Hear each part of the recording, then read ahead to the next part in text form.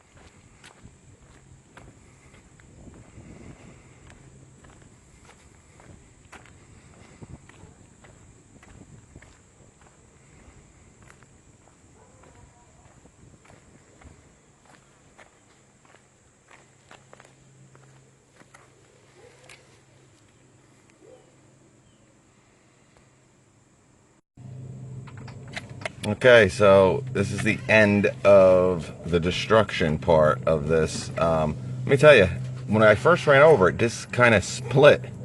And then when I ran over it again, I guess, it kind of snapped it back in. Guys, it's fully functional still. I mean, I ran it over a good 4 or 5 times. Once, 2 or 3 times real fast. Once real slow. We ran over the blade a couple times. Threw it across the street 100 feet, no doubt. Threw it up in the air, you know, a good 30, 40 feet. Obviously, it's smacked up pretty bad, but everything is still functional on it. I can show you.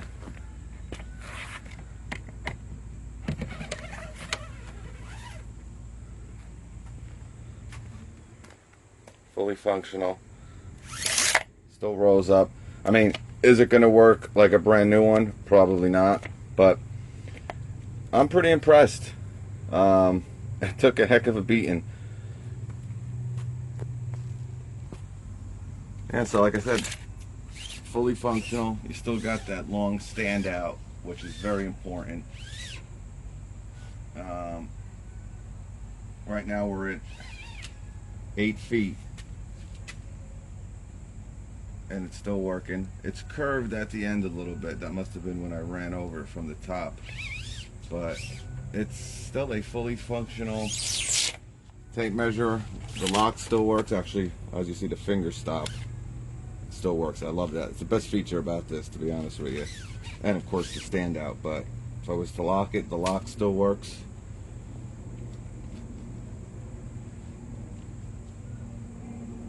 And you could still do some long measurements.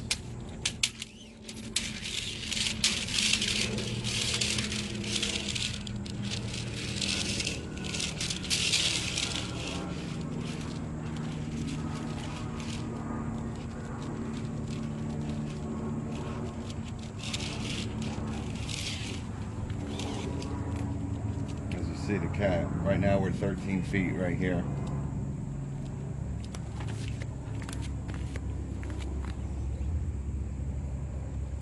I'm very impressed. Fully functional. Took a beating.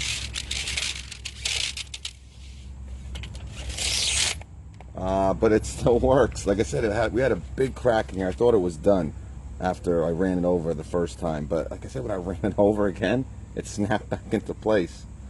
Still got your little thing here for your lanyard. Nothing really broke. Now, obviously, your belt clip is busted. But in the worst case scenario, you got a screw here. You can take it out, try to bend it back into shape, which I'm going to probably try to do.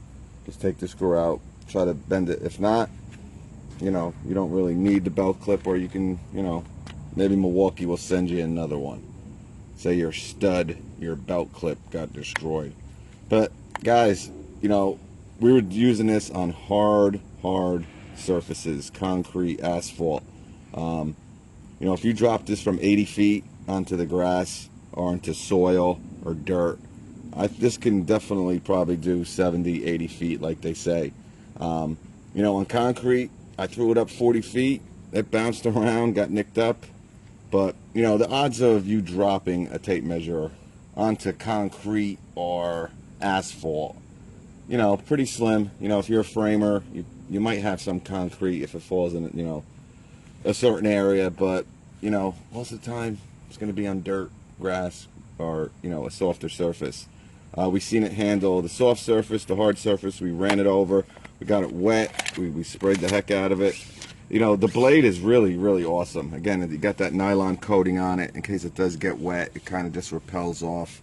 You really can't get cut on it, and isn't that metal that's on most tape measures. Again, you know, and for the price, guys, you know, I was under the impression this was going to be a lot more expensive tape measure. It's $19.95 for the 16 foot and $24.99 for the 25 foot. Also available in a 35 foot. But I mean, I'm surprised. Very impressed.